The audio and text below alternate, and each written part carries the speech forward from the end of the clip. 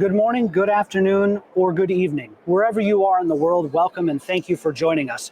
We are live at AutoSens Brussels 2023 from the Auto World Museum.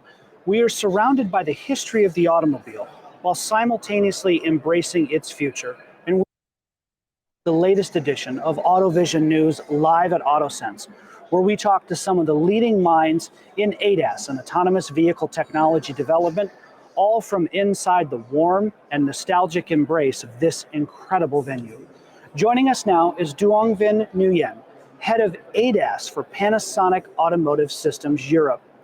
Nguyen has successfully managed a significant number of automotive production projects. Alternatively, he's also been active in scientific research and guiding younger PhD students, where he received 5 grants by the European Commission. He's been elected to be a senior IEEE member and a member of IEEE ITS and IEEE Standard P2020, which you'll hear referenced quite frequently as part of AutoSens.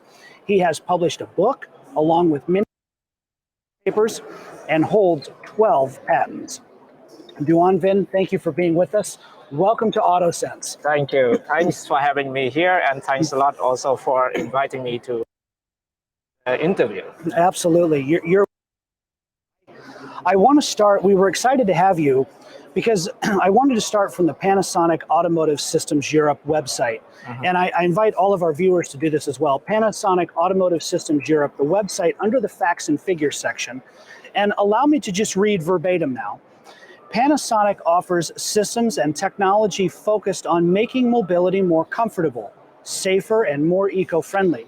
From entertainment systems to green energy solutions, Panasonic's advanced technology and expertise expands the possibilities of future car development. That sounds awesome. Thanks. Tell us a little bit more about that. What kind of solutions do you offer the automotive industry? What I just read from the facts and figures section, expand on that for us. Yeah, definitely. Yes, indeed. Panasonic provide a variety of products, and we offer many technologies to the automotive industry. Actually, it comes from very small devices like navigation, even audio devices or recording devices, heating system, to some component like display. You might heard about that a lot, and then to even head-up display where it projects to the windshield, and then we provide cameras, surrounding view sensors, and ultrasonic sensors. And also go to the system level, like my department, we are offering the technology like autonomous parking or automated driving comfort and so on. So it's really huge. And actually also that we also offer the battery business. Yes. Yeah, of course, that's very big now. And in total, automotive and industrial segments contribute more than 33% of the overall corporation. So it's the biggest part of Panasonic, indeed. That's amazing. As head of ADAS, talk about your role. Give us an overview of your day today. Yes, of course. Yeah. So yes, I'm the head of ADAS in Panasonic Automotive Europe. So my mission, of course, is to connect to the European OEM to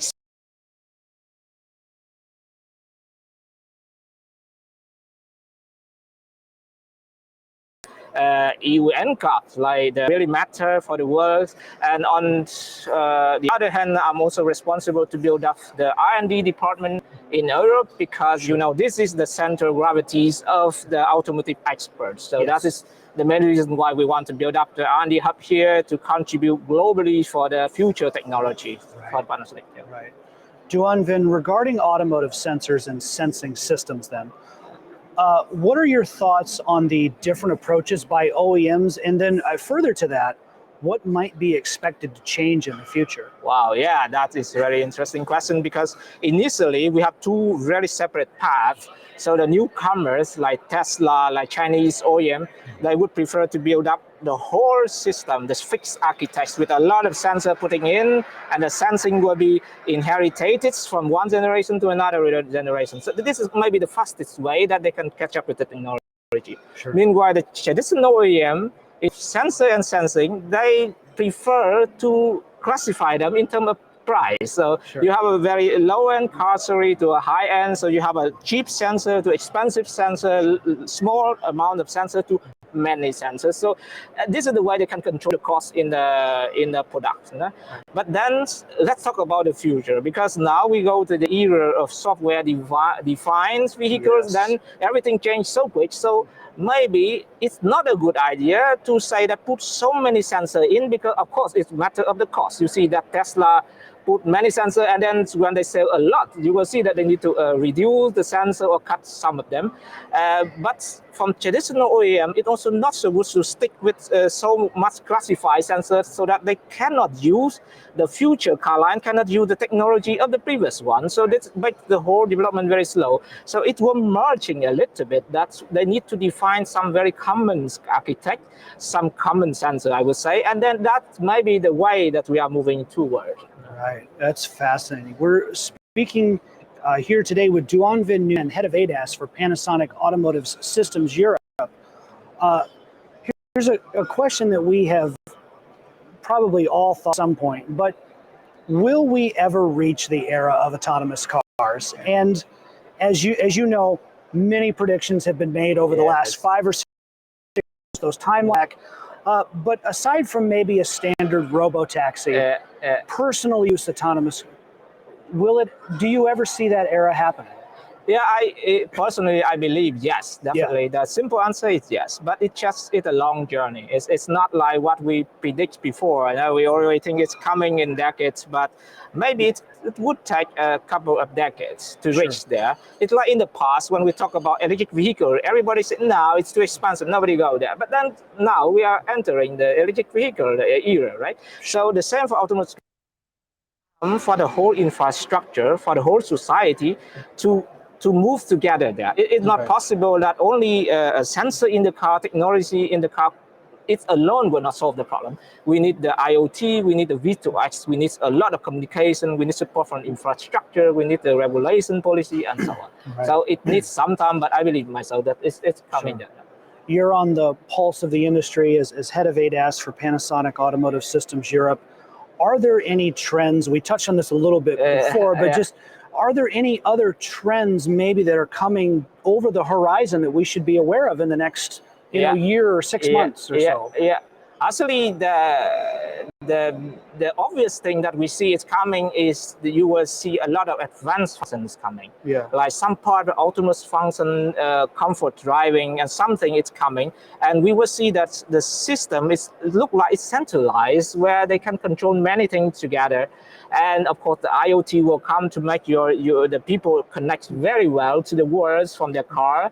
Of course, there will be, from our side, from tier 1 OEM, then there will be biggest challenge would be cybersecurity. It's never talked in the automotive industry. Not so much before, but now it's a huge topic coming in the couple of months, years. From your perspective, why is cybersecurity important? Why should we be having that discussion? So definitely it's really, really important, because we are talking about automotive. It's different to the other segment that it relates to the safety. It's really critical. Now we always talk about that it needs thousand hours of testing to have something. And that's safety testing. It cannot be broken, or it can not be destroyed by the outer side. So that's when the cyber security comes to the picture. What happens if we have a very sophisticated software, we test very well, we've proven it works very well, and suddenly we let some outsider attack it and it destroy the whole test. What happened? Should we call all the car bike, or because it's safety, we cannot say, let's driver, please wait for 6 months, I will fix this. It's not coming. Maybe in computer or in phone, it might be somehow the tolerance is there, but in automotive it's not, because the safety is so much critical that it is so big matter. Duong Nguyen, what is your favorite car and why? What would you pick? Actually, I love old cars. It sounds a little bit political answer, because I'm from tier 1. I don't want to. No, just kidding. Of course. But actually, in my own opinions, I love technologies a little bit more than car itself. So that's why I usually see the car, I would love, they have that fantastic feature, that's new coming technology, and I start in love with this car. Like recently, you have E-Class, you have a BMW 7 Series. I am excited with that, and so on. It's have new features, and I love that. Maybe it's changing over time when they have a new series and new Yes. features and so on. Yeah. Yeah, that is exciting to see all of the new technologies. Last question here before we say goodbye, and I've enjoyed this so much. What do you enjoy most about your work as head of ADAS? Yeah. So let's say I really enjoy the work in the sense that I can cover the big scope of ADAS. It's so many things. When we talk about ADAS, we are talking about a sensor, about the technology in software, hardware, and so many things, and even the regulation, the technology. So I really enjoy that when I see the full pictures. And I even sometimes join the R&D research. And that is exciting to be updated with the state of the art, to see where we are heading to. And it's really always exciting when you see the whole picture and you can dream about something is coming. That is really important. Yeah, that's exciting. Speaking with Duong Nguyen, head of ADAS for Panasonic Automotive's Systems Europe. From all of us here at AutoSense and AutoVision News, thank you for your time, sharing your expertise and thought leadership. Have a great rest of the show. Safe travels home. And let's do this again sometime. Let's get caught up where we can, talk about the new trends and talk about new developments with ADAS. But in the meantime, being here. Yeah, thanks again for having me, and thank you so much for this great event. And would like to say hello to all the AutoVision's news audience, and thanks again for having me. Thank you. Indeed, our pleasure. There is more to continue with Auto Live at AutoSense Brussels 2023.